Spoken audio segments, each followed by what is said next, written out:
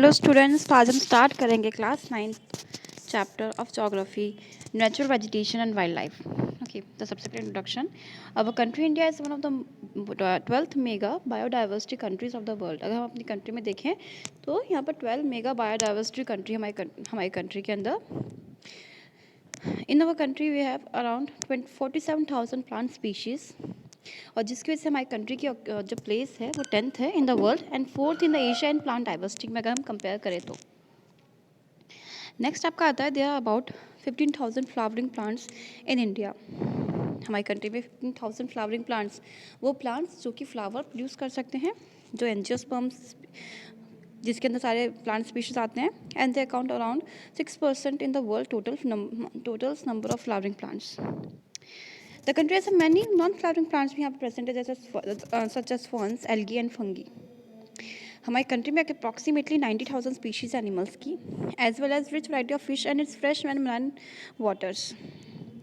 अब इसके बाद आपका आता है कि what do you mean by virgin vegetation. Natural vegetation refers to the plant community which has grown naturally without human aid and has left undisturbed by humans for a long period of time। जो अपने आप plants they growth naturally, और जिनकी growth में हमारा human interference बिल्कुल भी नहीं है, तो इस टाइप की जो वेजिटेशन होती है इसको हम क्या बोलते हैं, virgin vegetation. The term flora is use to donate plants of a particular region. हम जब भी फ्लोरा की बात करते हैं we are basically talking about plants, and the species of animals are referred to as fauna. The huge diversity in flora and fauna kingdom is due to the following factors. First of all, relief. Relief features में अगर हम सबसे पहले बात करें land की, land affects natural vegetation directly and indirectly. जितनी fertile land होती है उतना ज़्यादा हमारा एग्रीकल्चर डिवोटेड होता है। अगर लैंड अनड्यूलेटिंग है, उबड़ खाबड़ है, रफ टेरेन से प्रॉपर सरफेस प्रेजेंट नहीं है, for example like grass land and woodlands develop, तो वहाँ पर grass land and woodland develop हो सकते हैं, and they can give rise to variety of wild life. अगर जो ट्रेन्स बट वेजिटेशन के लिए प्रॉपर कैपेबल नहीं है। Soils, different type of soils provide a basis for different types of vegetation. हमें पता है हमारे कंट्री में डिफरेंट टाइप की सॉइल प्रेजेंट भी है। For example we have alluvial soil, black soil, then red and yellow soil, laterite soil, arid soil, mountainous soil. और different soils में डिफरेंट टाइप की कल्टीवेशन की जाती है, डिफरेंट टाइप की वहाँ पर वेजिटेशन वो सपोर्ट करते हैं। For example sandy soil support करते हैं cactus and thorny bushes, while wet and marshy deltaic soil supports mangroves and deltaic vegetation.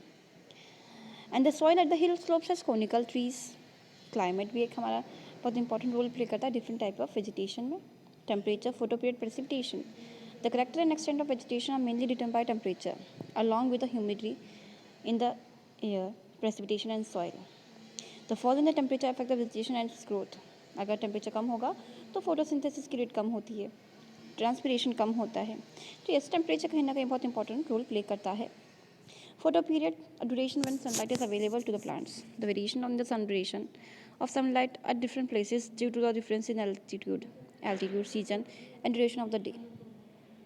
और जब लॉन्गर ड्यूरेशन ऑफ सनलाइट मिलती है trees growth faster as compare to winters. So हम ये कह सकते हैं ट्रीज की जो ग्रोथ होती है समर में ज़्यादा होती है। Precipitations, area of heavy rainfall have more dense vegetation as compared to the area of less rainfall because of the moisture capturing soil present in that area. Types of vegetation. In India, we have following major vegetation types: tropical evergreen forest, tropical deciduous forest, tropical thorn forest and scrubs, montane forest, mangrove forest. Let us study them in details. First of all, tropical evergreen forest. These forests are present in the western Ghats and the islands of Lakshadweep, Andaman and Nicobar, upper parts of the Assam and Tamil Nadu. So this area में ये आपके tropical evergreen forest होते हैं। देखो नाम से लग रहा है एवरग्रीन, तो यहाँ पर डेंस फॉरेस्ट कवरिंग होती है, और डेंस फॉरेस्ट कवरिंग है तो मतलब कि रेनफॉल भी ज़्यादा रिक्वायर्ड है। That is more than 200 centimetre of rainfall in the short dry season. The trees reach great heights up to 60 meters or even above.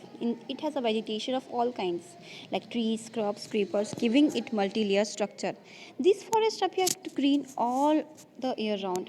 Important trees of this forest are ebony, mahogany, rosewood, rubber, cinchona. And then this cinchona plant is also used for the treatment of malaria. Common animals found in these forests are elephant, monkey, lemur, and deer. So this is about tropical evergreen forest. तो इसमें आपको क्या क्या चीज़ें learn रखनी कि कौन कौन से एरिया में प्रेजेंट होती हैं, रेनफॉल कितनी है, कितने मीटर्स तक हाई वो प्लांट्स ग्रो हो सकते हैं, किस टाइप के यहाँ पर ट्रीज फाउंड होते हैं, किस टाइप के यहाँ पर एनिमल फाइंड्स होते हैं। नेक्स्ट आपका आता है tropical deciduous forest. Tropical deciduous forest basically इनको भी रेनफॉल रिकॉर्ड होती है, पर एवरग्रीन फॉरेस्ट के कंपैरिजन में यहाँ पर कम रेनफॉल रिकॉर्ड होती है। ये भी फर्दर 2 कैटेगरीज में डिवाइडेड होता है। नो बेसिकली इन फॉरेस्ट को मानसून फॉरेस्ट भी कहते हैं। This spread over a region having a rainfall between 200 to 170 centimetre.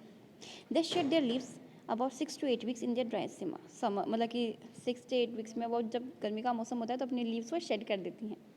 In these forests, the common animals found are lion, tiger, deer, pig, and elephant. These forests are further divided into moist and dry. Moist में rainfall ज़्यादा required होती है. For example, let it be 200 to 100 centimeter. Trees जो यहाँ पर grown किए जाते हैं, so teak is a dominant in this forest. Bamboo, sal, sesam, sandalwood, care, kusum, arjun, and mulberry are the other commercial important species of trees that are grown in this area. Dry deciduous. These found in areas having a rainfall between 100 to 70 centimeter. There are open stretches in which teak, sal, people and neem also can grow. Now, अब उसका आपका next आता है the Thorne forest and scrubs. इसको हम next video से continue करेंगे। Thank you students.